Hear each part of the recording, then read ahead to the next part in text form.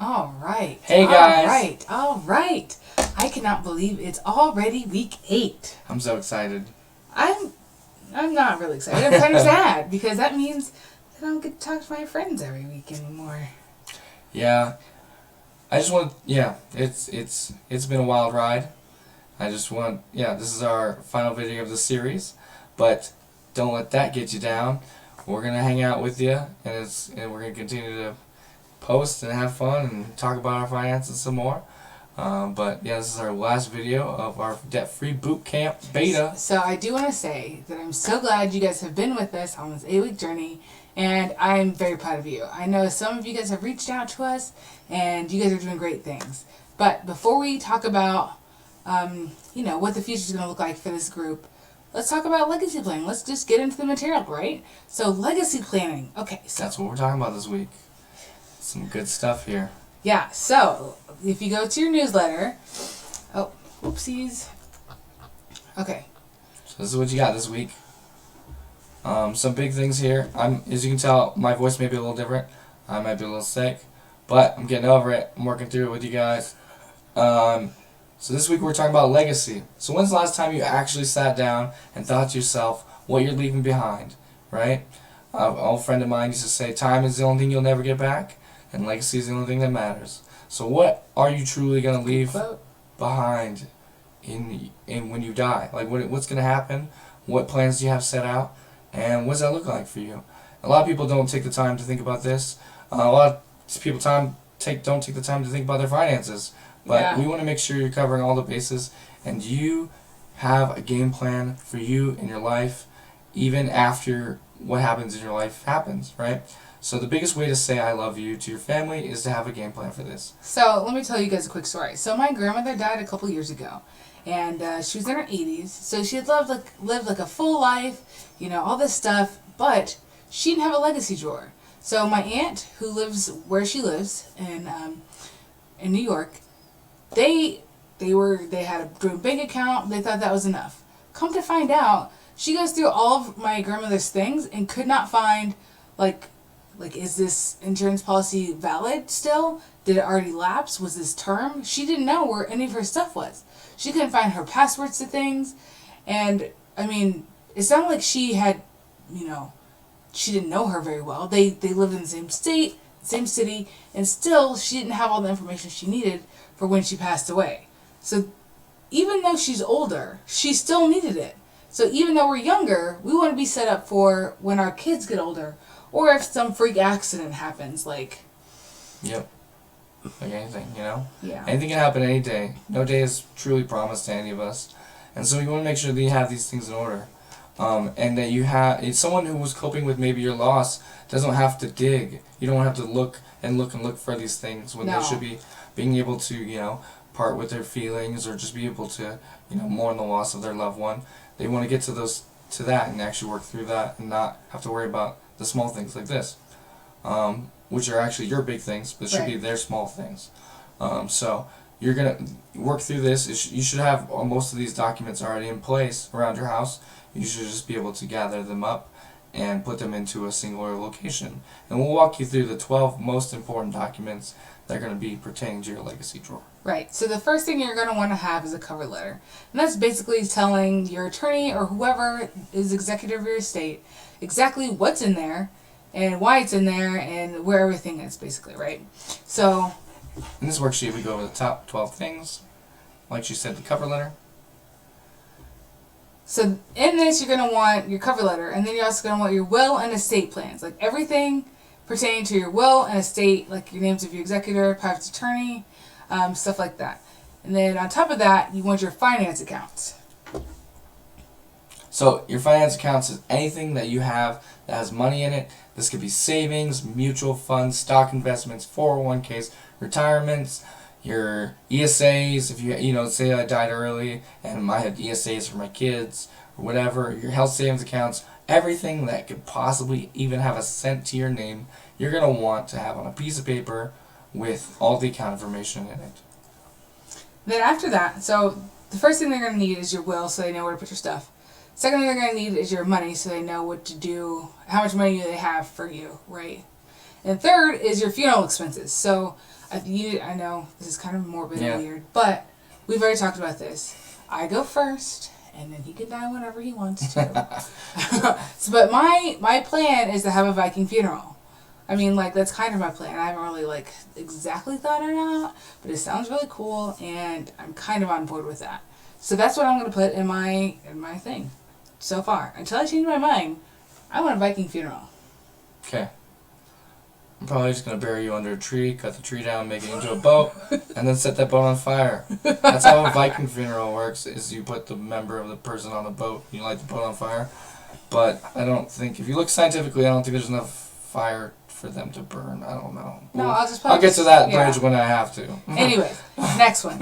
Insurance policies. Okay, so your insurance policies, we want to make sure that you have everything that you're going to need. So your health insurance, your car, disability, term life, etc. That should be in one document. So that way when your people come to, work on your stuff after you have passed away, it's everywhere. They've got your contact information for the people. They've got policy numbers. They know how to cash them in, everything like that. I mean, you could kind of do like a dry run, like a fire drill. Like, all right, Austin, where's my stuff? I'm dead now. Go do the thing. I don't know. I think it's a little ridiculous. But I bought a boat and lit it on fire. Now, these documents should be sorted in such a way that one of your members of your family should be able to find each one of the documents that pertains to your life within 30 seconds. Yeah. Of getting to the drawer. Right. This is all serious stuff. I know we're trying to make light of it because it's kind of a heavy subject.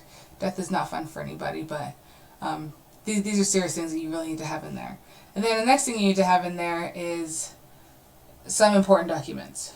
Yep. So these are any legal documents such as deeds, birth certificates, social security cards, and titles to cars, and things like that.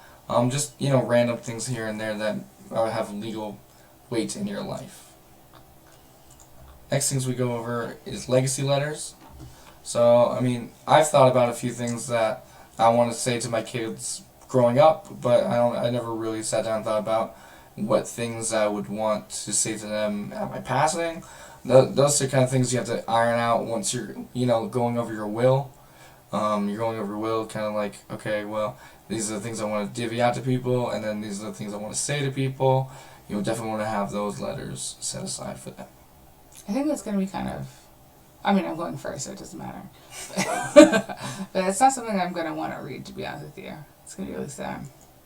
Okay, then the next thing you want to have is a monthly budget, right? So just, if you have a password for this, like ours in every dollar, I'll just leave, monthly budget, every dollar, account, name, and password. That's what we're going to do. You could just print out, like, your basics. So at least people know exactly what you're paying for. Because, like, my grandmother had a newspaper subscription, and we didn't find out till much later because we didn't know that she had one. That's not something that, as a millennial, we don't really do newspapers like that. So we didn't realize that she had one, so we had to go and call, get a copy of it. It was actually in her husband's name, who had been dead for a while. So we had to go get his death certificate and hers, prove that they were both deceased. It was like this big mess. So... just so you know, if your other loved one dies, change things over to your name so that way when you also pass, it's not like this big deal. I know that's not in the letter, but that's kind of crazy. Anyways, your safe deposit box. Oh, tax returns, I'm sorry. Yeah, this one kind of get jammed in there. I forgot to add some spacing, but tax returns. Yeah, chances are you shouldn't get audited by the IRS, but if you do, you want to make sure those paperworks are filed in a location in which you or your family members can access them. I think the retention time period is 3 years on the materials for IRS audits. Excuse me. Yeah, so Austin likes to keep all of ours on paper. I like to keep ours digital, so we both kind of have a copy of stuff. So I guess your legacy drawer could be all digital if that's something that you're into, but your birth certificate and social security card will be physical. Then the next thing after that, you want to have a safe deposit box with copies of things in it. So just in case, heaven forbid, your house catches on fire, you have another place where things are that are safe that you don't have to worry about.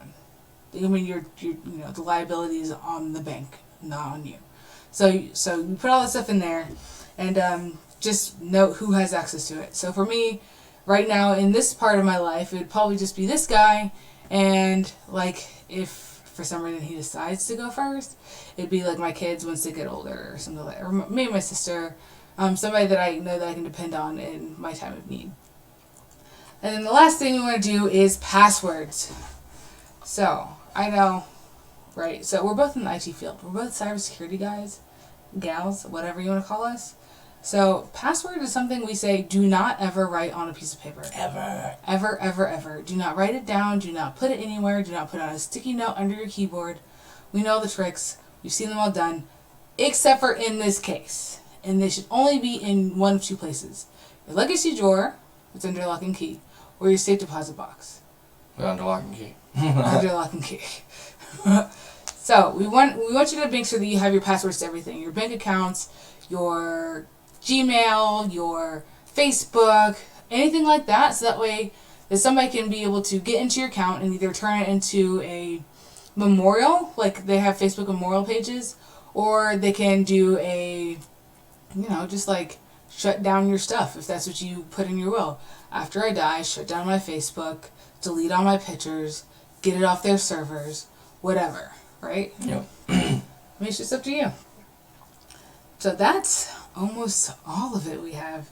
So, like he said before, this will take, most of the stuff you should already have in a few places. You should know where most of the stuff is. So, like, just drawing up the last couple of things should only take about 30 days. And when you do get a will, make sure you notarize it and you sign it in front of a notary, so that way it is official. Because otherwise it's just a letter you wrote. It doesn't actually count as a, final will and testament. It's just a draft of thoughts. Yep. It doesn't mean anything. So guys, that was our 8-week series. We just want to thank you for allowing us to be part of your financial lives. Every Monday! It was an amazing process for us. And we just want to just take this moment to just reflect on why we created this course. We see people in our daily lives who are, struggling financially, losing houses, losing careers over finances and things like that. So we wanted to make sure those things didn't happen to our friends and family. So thank you again for allowing us to be part of your financial lives. And if you haven't already, we want to stress this because this is a big thing. We are offering financial coaching right now, one-on-one financial coaching. And after this is exclusively to you guys in the beta group. That's it. For free, okay? After the beta group is gone, one-on-one coaching will only be a paid product. Yep. And it's going to be over $150 per session. So right now, I want you guys to get a session with us in the group before you have to pay for it. If you want to, yeah. Yeah.